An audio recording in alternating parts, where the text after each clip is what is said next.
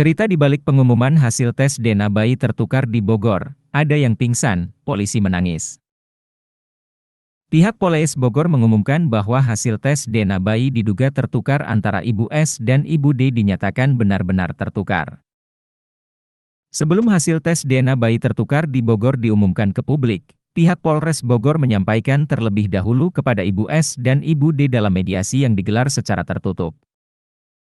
Mediasi tertutup tersebut sejak pukul 15 WIB sore ini berlangsung cukup memakan waktu hingga berjam-jam. Seban mediasi diwarnai histeris hingga orang pingsan dari pihak keluarga. Seperti yang disampaikan oleh kuasa hukum Ibu S, Rusdi Ridho seusai pengumuman hasil tes DNA tersebut.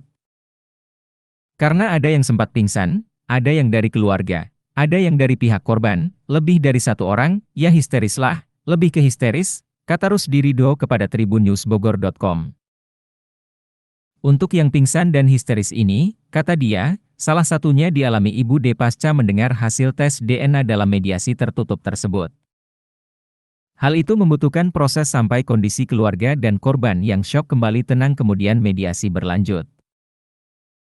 Dia menyampaikan bahwa suasana isak tangis para keluarga termasuk keluarga Ibu S, bahkan polisi yang hadir juga mewarnai mediasi tersebut. Manusiawilah saya kira, ibu siapa yang tidak sedih ketika mendengar berita acara hasil tes DNA. Bahkan semuanya saya kira, semua yang hadir di ruangan itu menangis, bahkan Kapolres juga menangis, dari Deputi Kementerian semua juga ikut merasakan apa yang dirasakan para korban, ungkap Rusdi Ridho. Hasil tes DNA akurat 99,99%, begini nasib rumah sakit tempat bayi tertukar di Bogor.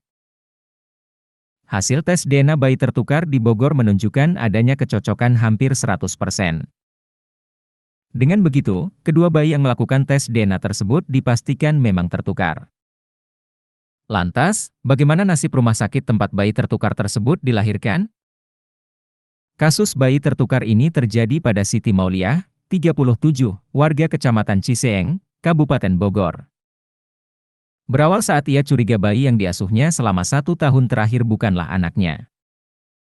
Siti Mauliah lantas melakukan tes DNA dan hasilnya bayi tersebut memang bukan anak kandungnya. Tertukarnya bayi tersebut lantaran perawat yang mengurus kelahiran Siti Mauliah memberikan gelang yang bukan namanya.